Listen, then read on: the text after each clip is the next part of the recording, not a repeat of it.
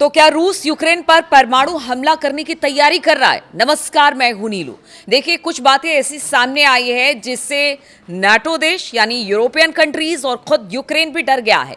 रूस के खिलाफ युद्ध में हालिया हफ्तों में यूक्रेन ने तेजी से चीजों को अपने पक्ष में किया है।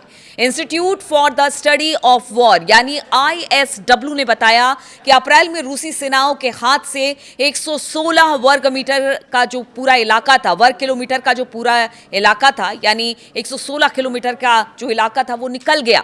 यूक्रेन के लंबी दूरी वाले ड्रोन और मिसाइलों ने रूसी इलाके के अंदरूनी हिस्से, तेल क्षेत्र और सैन्य भंडारों पर हमले शुरू कर दिए हैं। अब तो यूक्रेन का जो ड्रोन है वो मॉस्को तक जा पहुंचा है। एक्सपर्ट का कहना है कि यूक्रेन के खिलाफ रूस की सैन्य कार्रवाई रफ्तार खो रही है, धीरे धीरे सुस्त पड़ रही है।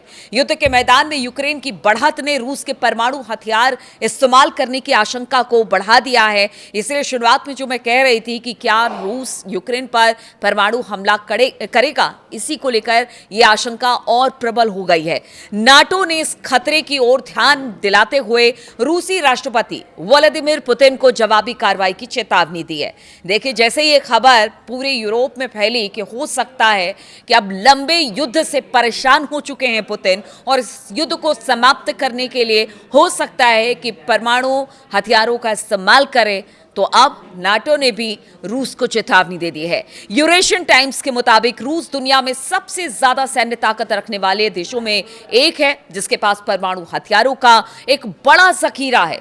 रूस के पास 5400 से ज्यादा परमाणु हथियार हैं। यूक्रेन जैसे अपेक्षाकृत कमजोर देश से पिछड़ने के रूस के डर ने परमाणु सवाल को सुर्खियों में ला दिया है। यानी देखिए, लग रहा था कि रूस अगर यूक्रेन से लड़ेगा, 4 साल से ज्यादा का वक्त हो गया है और उस समय कहा जा रहा था कि बहुत जल्द रूस जो है यूक्रेन को हरा देगा, ये लड़ाई महीने दिन तक भी नहीं चलेगी। लेकिन सोचिए, 4 साल बीत गए हैं इस लड़ाई को, लेकिन अब तक किसी तरह की हार यूक्रेन को नहीं मिली है, बल्कि एज यहां पर कई जगहों पर यूक्रेन को दिखाई दे रहा है रूस के बनिस्पत। ऐसे में अब पिछड़ने के रूस के डर ने परमाणु सवाल को सुर्खियों में ला दिया है। सवाल यह है कि क्या रूस परमाणु हथियारों का उसी तरह से इस्तेमाल कर सकता है जैसे अमेरिका ने 1945 में जापान के हिरोशिमा और नागासाकी में एक थका देने वाले युद्ध को समाप्त करने के लिए किया था। रूस ने दावा किया है कि उसने इस्कंदर M मिसाइल प्रणालियों के लिए परमाणु हथियार बेलारूस पहुंचा दिए हैं। रूसी रक्षा मंत्रालय के अनुसार इन हथियारों को बेलारूसी मिसाइल ब्रिगेड के तैनाती क्षेत्र में शिफ्ट करने का काम शुरू कर दिया गया है। परमाणु बलों से जुड़े अभ्यासों के हिस्से के रूप में इसे देखा जा रहा है। कहा जा रहा है कि रूस और बेलारूस मिलकर एक परमाणु का प्रशिक्षण कर रहे हैं और उसी को लेकर यह सब किया गया है। लेकिन बेलारूस के रक्षा मंत्रालय ने 21 मई को वीडियो जारी किया। इसमें कथित तौर पर परमाणु हथियार ले जाते हुए बैलिस्टिक मिसाइल पनडुब्बियों को समुद्री प्रशिक्षण क्षेत्रों की ओर जाते हुए और सैनिकों को विमानों के लॉन्चर पर मिसाइल लगाते हुए दिखाया गया। बेलारूस और रूस के सैनिक परमाणु हथियारों के लिए तालमेल कर रहे हैं और कहा जा रहा है कि बेलारूस ही वो जगह है जहां से यूक्रेन पर परमाणु हमला रूस कर सकता है। रूस के रक्षा मंत्रालय ने घोषणा की है कि इन अभ्यासों में 64,000 सैन्यकर्मी और करीब 7,800 तरह तरह के साजो सामान शामिल हुए हैं। इसमें 200 से ज्यादा मिसाइल लॉन्चर, 140 से ज्यादा मानव रहित हवाई वाहन, ड्रोन, 73 समुद्री जहाज, 13 पनडुब्बियां शामिल हैं। इनमें से 8 पनडुब्बियां ऐसी जो कि मिसाइलें ले जाने में सक्षम है। यूक्रेन ने कहा कि बेलारूस में रूसी परमाणु हथियारों की तैनाती और संयुक्त परमाणु अभ्यास वैश्विक सुरक्षा व्यवस्था के लिए चुनौती पेश करते हैं। बेलारूस नाटो की सीमाओं के पास अपना परमाणु ठिकाना बनाकर एक खतरनाक मिसाल कायम कर रहा है। इसकी उन सभी देशों को निंदा करनी चाहिए जो कि परमाणु कार्यक्रम का विरोध करते हैं। रूस बेलारूस के संयुक्त प्रैक्टिस को लेकर नाटो महासचिव मार्क रूट ने मॉस्को को एक कड़ी चेतावनी जारी कर दी है। उन्होंने कहा है कि रूस अगर यूक्रेन के खिलाफ परमाणु हथियारों का इस्तेमाल करता है तो उसे विनाशकारी परिणामों का सामना करना पड़ेगा। रूट ने कहा कि नाटो अपने नजर जमाए हुए है और मॉस्को अगर कुछ करता है तो फिर हमारी तरफ से जो हमला होगा उसके लिए रूस तैयार रहे। यूक्रेनी खुफिया रिपोर्ट्स दावा करती है कि रूसी सेना बेलारूस से एक नया हमला शुरू करने की तैयारी में कीव के पास है। उत्तरी यूक्रेन में एक नया मोर्चा खोलने पर विचार कर रही है।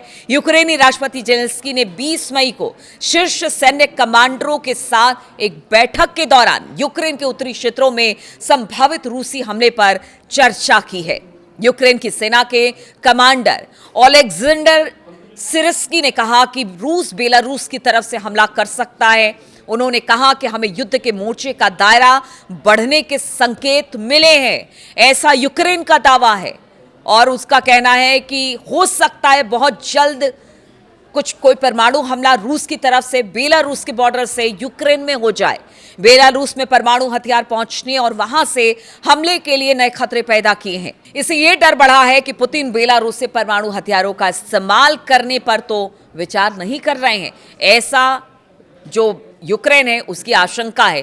देखिए, युद्ध शुरू ही हुआ था, नाटो में शामिल होने यूक्रेन चाह रहा था, लेकिन रूस ऐसा नहीं चाहता था और रूस ने चेतावनी दी। जब यूक्रेन नहीं माना, उसने अपने जो मंशा है उसका त्याग नहीं किया, उसे छोड़ा नहीं, तो फिर रूस ने यूक्रेन पर हमला किया। लेकिन 4 साल बीत जाने के बाद भी अब कहा यह जा रहा है कि अब जो रूस है वो कहीं ना कहीं अपने बहुत सारी ज़मीनों को उस पर से उसका कब्जा हट गया है। इसके अलावा जो यूक्रेन की ड्रोन है वो बहुत विनाशकारी साबित हो रही है। अब तो उनके जो हथियार हैं, वो जो हमले हो रहे हैं वो मॉस्को तक हो रहे हैं। इसलिए लगता है अब पुतिन पेशेंस खो रहे हैं और अब उनको लगता है कि और कोई विकल्प नहीं है। 4 साल बीत गए हैं, इस लड़ाई को अगर खत्म करना है तो फिर आपको परमाणु बमों से हमला करना पड़ेगा या परमाणु हथियारों का इस्तेमाल करना पड़ेगा। और इसी से यूक्रेन डरा हुआ है। नाटो देश चेतावनी रूस को दे रहे हैं, लेकिन अब रूस आगे क्या करेगा, रूस की मंशा क्या है, बेलारूस के साथ जो उसका पूरा एक साझा कार्यक्रम चल रहा है उसको लेकर कहा जा रहा है कि प्रशिक्षण हो रहा है। लेकिन यूक्रेन का मानना है कि ये प्रशिक्षण की आड़ में रूस जो है वो परमाणु हथियार बेलारूस पहुंचा रहा है ताकि वो यूक्रेन पर हमला कर सके। तो आज के वीडियो में बस इतना ही। बहुत बहुत शुक्रिया मेरे साथ इस वीडियो में शामिल होने के लिए।